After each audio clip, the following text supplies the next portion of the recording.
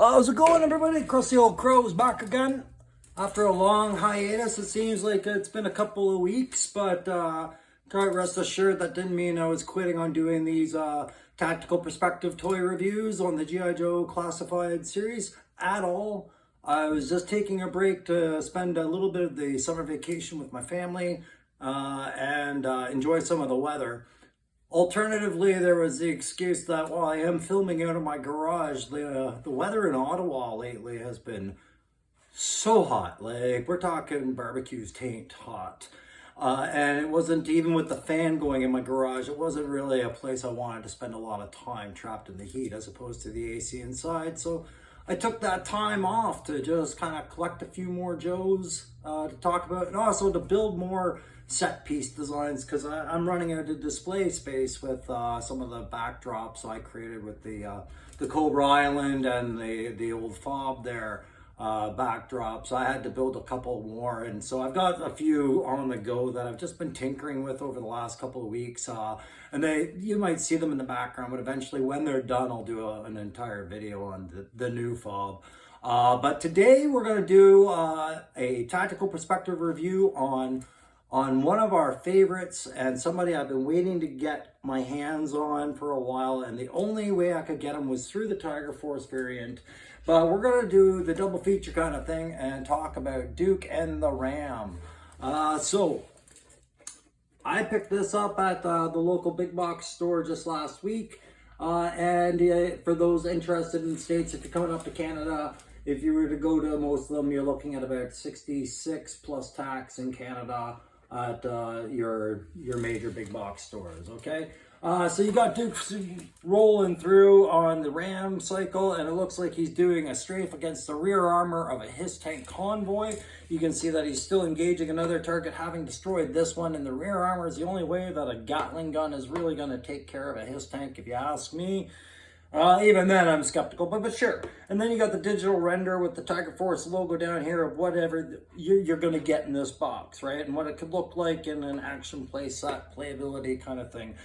Speaking of playability, guys, at the end of this, as per all my videos, after I do my head-to-toe inspection of the figurine and talk about the bike, I will give the playability grade, in my opinion, of this set, as well as my tactical perspective or tactical grade based off of what I recognize, respect, or care to mention on the military perspective of the figure and the bike.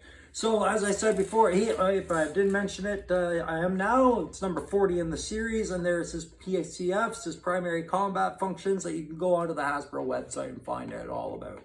Okay, flip it over, same deal, 40 and whatnot, the Joe logo, and then here, this side art, the very iconic pose of our hero Duke, and then the splash of him in action on the Tiger Force Ram. Okay, a little closer on that. There you go. Those PCFs. And then on the back, if you look again, you got that digital render of everything that you're coming with here on this set. And those PCFs are repeated once more. So on it, you've got your Ram cycle that you're getting. Yeah, which is just a straight up, if I don't talk enough about the Ram cycle, it's because it's a straight up flip on the one that you got with Breaker. I think number 17 in the series, or 29? 29. Number 29, Breaker. You got the same bike. It's just a different repaint entirely. So there's nothing new about the bike. But it's got Duke, and what you're getting for accessories with him. If it was one big complaint people had about Breaker and the Ram, was that Breaker came with only a helmet, and so it's like Hasbro was listening by the time they got around to doing this one and said, you know what, let's give them more kit. So more kit you get the pulverizer, the same gun that Stalker has, the fictitious iconic though Joe gun with the removable mag. This is based off of an old World War II, like an M3 kind of design. I had to look it up online, but it is called the pulverizer. It's a G.I. Joe variant on a very real weapon. And then you've got his pistol with the laser sight, whatever. the cross belt, which they make a bigger deal about than it maybe most of us would, because it's already when you unpack them, it comes across his chest already. You don't have to put it on there, but it is removable as well as movable, so you can use it with other figurines if that's what you wanted to do. And you get the backpack with the spade, shovel, entrenching tool designed onto the backpack, non-removable, not like with Outback where his does come post on, post off. This one is strictly decorative and just has a little bit of a different paint to denote it there. And then you've got the repainted Gatling gun, which slides into the sidecar there. Duke stands at 6'3". They want you to know that. Okay, so that's what comes with the box. There you go. What's inside the box? That's inside the box. Tiger Force logo that they mount the figure on. That's pretty cool. What else is in the box? The box is in the box. The Pelican case that comes with all the ammo and the stuff that comes with the bike. There you go. That's pretty cool. Let's look at the figure. Okay, let's do that. I gotta move the camera. Stay with me. You have no choice. Or I guess you do. You can just stop watching. For those of you that keep watching, I appreciate you. For those that hit like, oh, I really like you back. And for those of you who hit subscribe, thank you for sharing your time with me. I really appreciate that. And welcome any new subscribers. So here we go. The head-to-toe inspection on Duke. This is what you're getting, okay? And you can see in the background, you can see that Breaker sitting there looking jealously going, what the F, man? Look at all the kit he gets. I had to steal my radio from Falcone. What the hell? Anyways, Duke's head. Let's get a closer look. Oh my goodness gracious me. You could set your watch to that face. Look at it. It's a great sculpt, guys. No joke in here. This is the kind of look you would think of having for your leadership figure, right? There's no genuine expression there other than just intense focus. 100% intense focus. He's not being dramatic. He's not overreacting. He's not barking an order. He is just focused. And that's what I want my leaders, right? I want them to be able to focus no matter what's going on, assess the situation, and make the right call as many times as they can.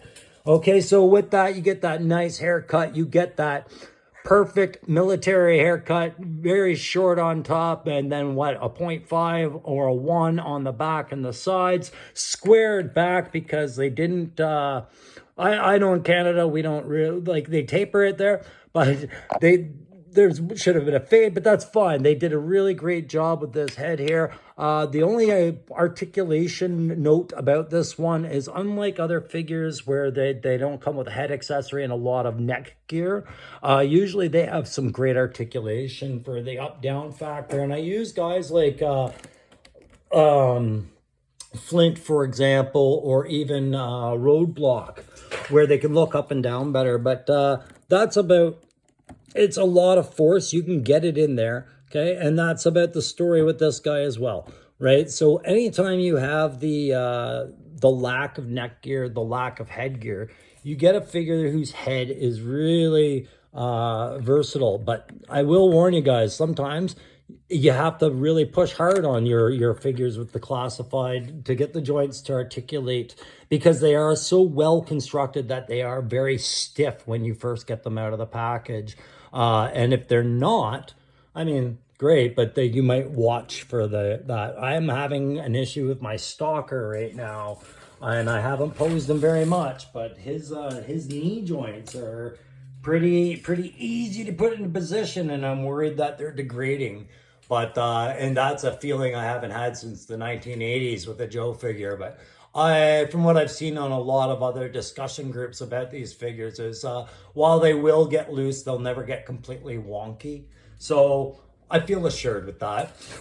So enough about the head articulation. If you look down, he's got that red collar, white shirt over there. And this is a flip on the color set for the Duke that came out earlier in the series, where he was with the brown top and the green pants.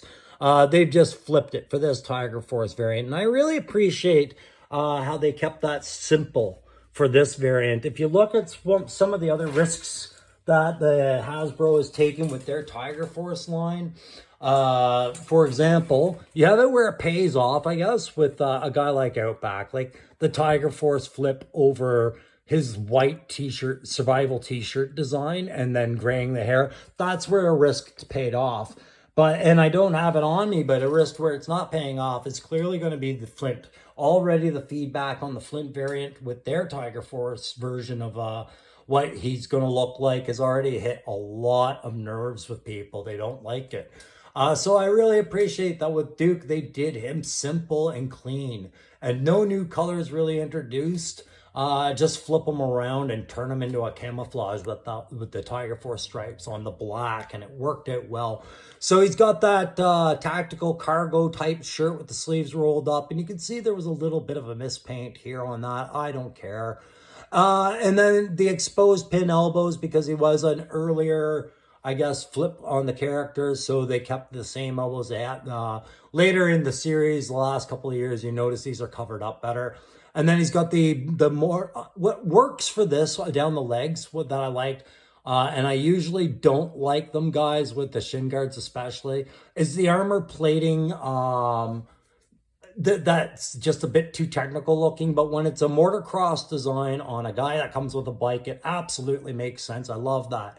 But staying focused on the torso region for a second while he has the elbow pads that match, I see some missed opportunities on putting some badges, rank, or other on there, like a unit insignia or qualifications. He is jump qualified, so he's got his airborne wings, right? Because Conrad Hauser graduated from airborne school.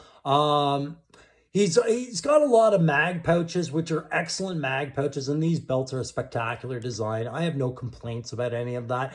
The only observation I have about the mag pouches is while they work with the pistol that he gets, and I'll be pulling that out in a second, for sizing, they don't really, nothing really works as far as mags go for his pulverizer and the length of that magazine there. So I kind of wish that they had kind of done a couple of mag pouches that reflected his other weapon. But whatever. I mean, it doesn't make or break any detail for me. It's a little bit of a tactical, but nothing that ruins the figure for me. I can be very forgiving about these figures with a lot of the more successful points and details that Hasbro does include. So if I just pivot them around, we'll look at those arms a little bit more. You can see that watch. Now in the center of the watch, and I'm not sure if it's showing up, but there's a little digital like triangle in the middle, and it's like a locator beacon. And I thought that was a really cool little detail to have in there, right? So it's either like a GPS tracking watch or you know, a special Joe communique watch, but it was just that face where I expected to see maybe hands or nothing. I see that, and I thought, I wonder what that says on their sketch page, what they wanted. But he's got that hard pack on the other leg for his holster, and the hard pack meaning that it can take banging and whatnot. It's not made of fabric. It's made of a hard plastic. And you can tell by the way it's got its sculpt lines that that's what they were intending. Then he's got that pistol. And I think we've seen that pistol in other places. I feel like this is the same one that probably comes with the Vipers or another Joe that I've seen recently. But it might not. Either way, just another fancy little functional looking pistol. It doesn't look too sci-fi. Doesn't look overly complicated at all. It's got that simple. I like the fact that they put the little rail system on the top there so he can mount a sight on that if he wants. They include the rear and front post sights, which pistols would have. So when they do their fictitious or fancy ass designs, there is thought and consideration whether the thing would function as they do it. Of course, as a good concept would include. Right, but I like the fact that they allow us to see it as well. Now, these binos on his back, and we'll talk about the backpack in a second.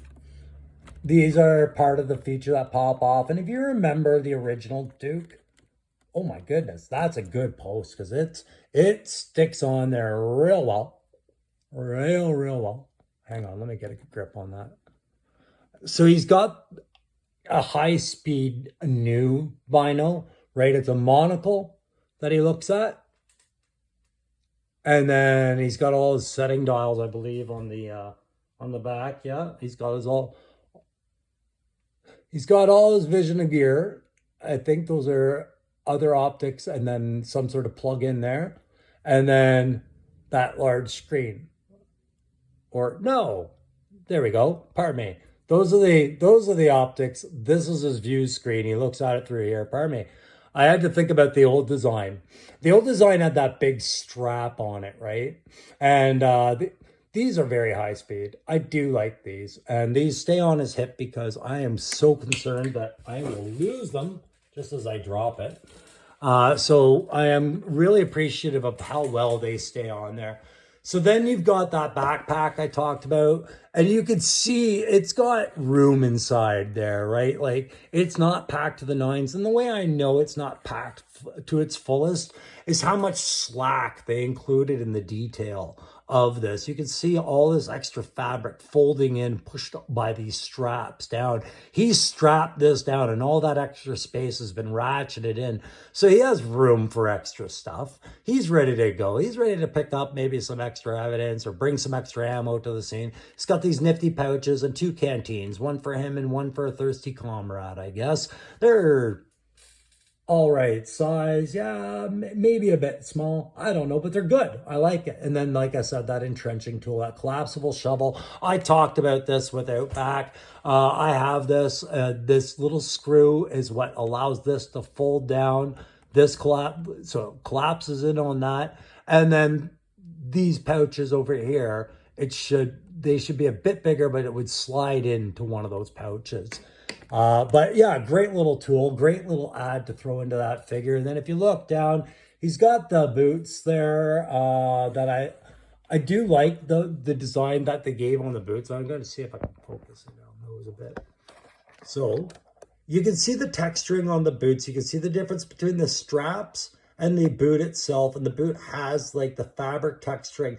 It's a shame they did it all one color, one type of gray. But I mean, for those of us who aren't having any reservation about doing custom work, just a simple wash and then a highlight or a dry brush would really make those stand out for the detail that was included in them. They're a really good looking boot, if you ask me. All right, we'll talk about the pulverizer for a minute. Like I said, based on the old German design, M3, I think it is, or something like that. The World War II design. The SS were carrying them. You saw them in Hogan's Heroes and other movies. But it's the same one you get with Stalker. And it has that removable mag. And I just pulled that out to just show you what I was talking about mag pouches, right? So it would have been nice for him to have a couple of pouches that work with this kind of magazine. But again, not anything I'm going to destroy a rating on this figure for. One thing I will say was disappointing about this figure, guys, was just, and I am going to move on to the bike in a second here, but one thing I was kind of wishing they had remembered to do was go back to your original design and include it, right? You changed the backpack just slightly. You got rid of, I believe the cam net, or maybe it was a parachute on the original, right? So if we look at the original backpack down here in the corner, where's my pointer? Let me get that up there for you. Right here, he had some sort of folded canvas, which he doesn't have anymore, right? But you can see that he did have the entrenching tool. It was just facing the other way, I guess. Or maybe this is up. Probably this is up. But there's no canvas up there either. They did a better job with the backpack, but they got rid of that. But why? Why did they get rid of the helmet? So that, to me, doesn't make sense at all. Because he's coming with a motorcycle. Breaker, at a minimum, came with his helmet. He didn't come with any guns.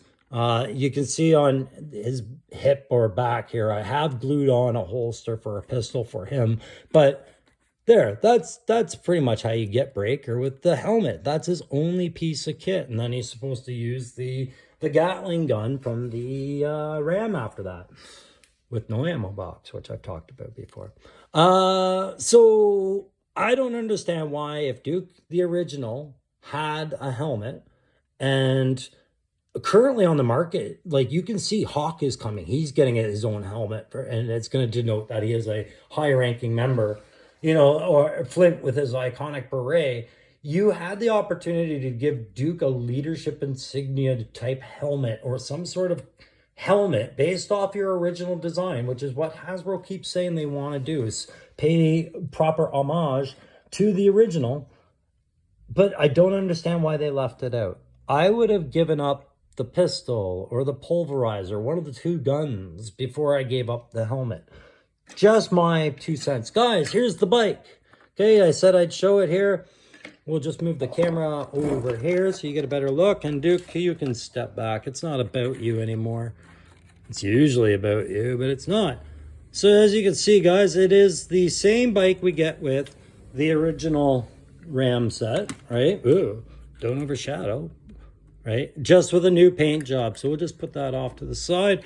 And then the sidecar, the way it works, re-explained, in case you guys haven't seen, you can see that they've even got some metal plating, riveting kind of like steel material in there, the way it's sculpted, right? So it could be left open so that it's thematic or it looks not so out of place. But then you get your Gatling gun. So yeah, black handles only. Everything else is this bright red. It still rotates. It's still a really good Gatling gun. I don't know why they felt that need to put an extreme color on it.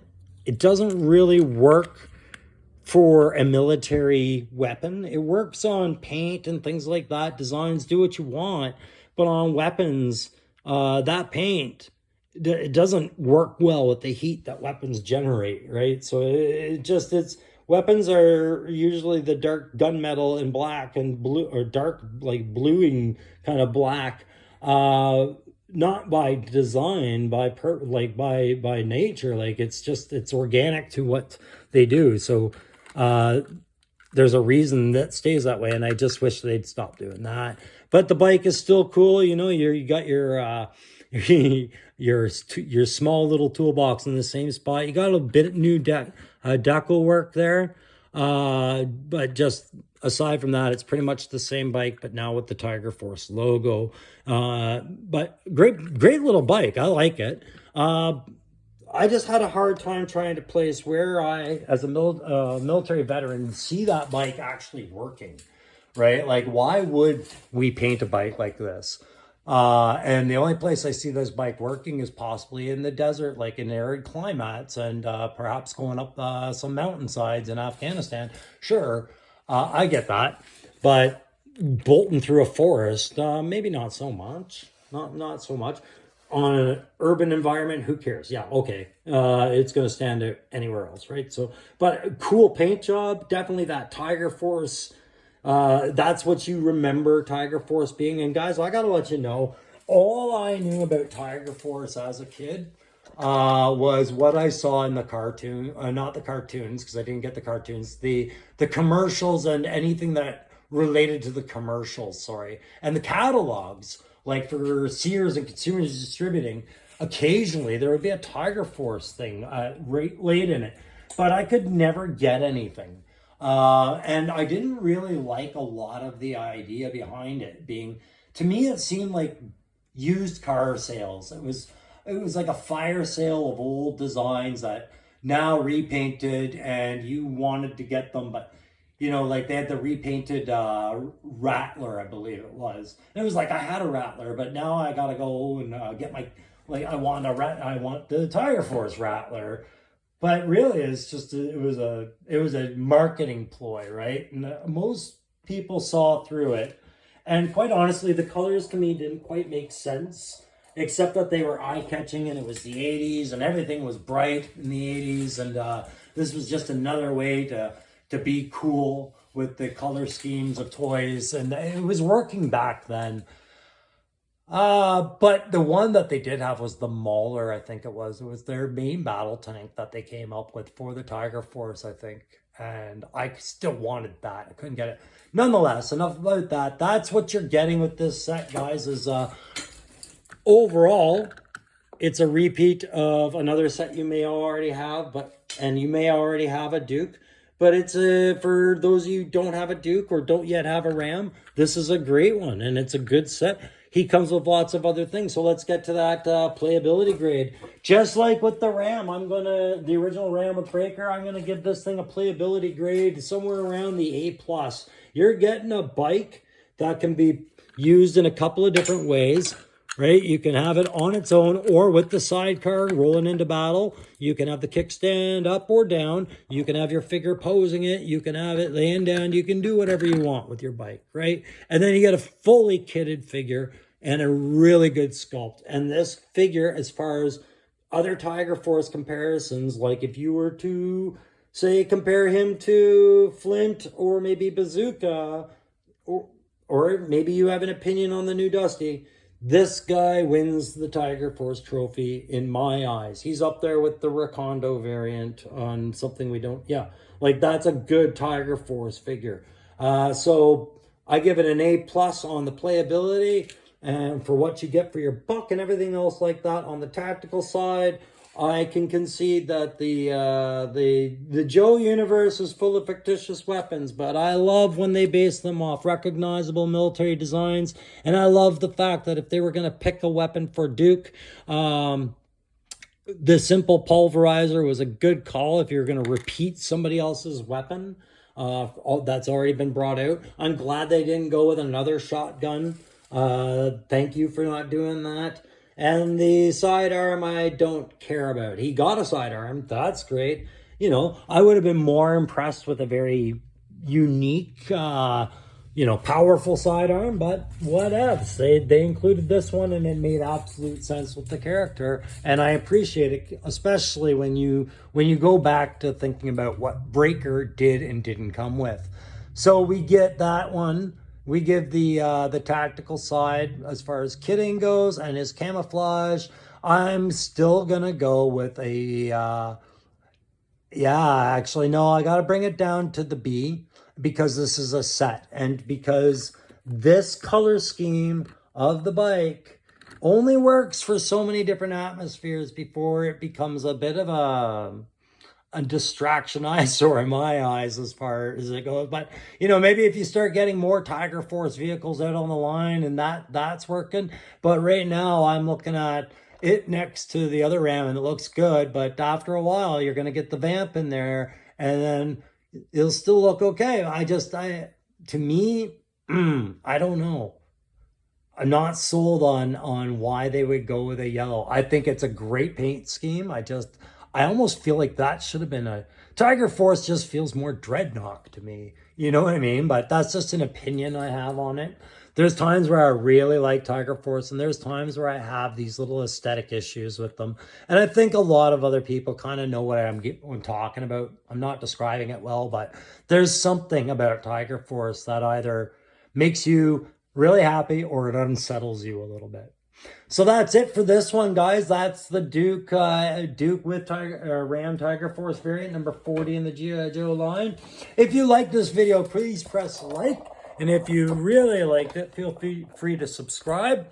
And I'm going to be doing another one here shortly I think I'm doing Shipwreck next, guys. And I had a lot of fun picking up that one today. So hope to see you next time. And till then, knowing's half the battle, right?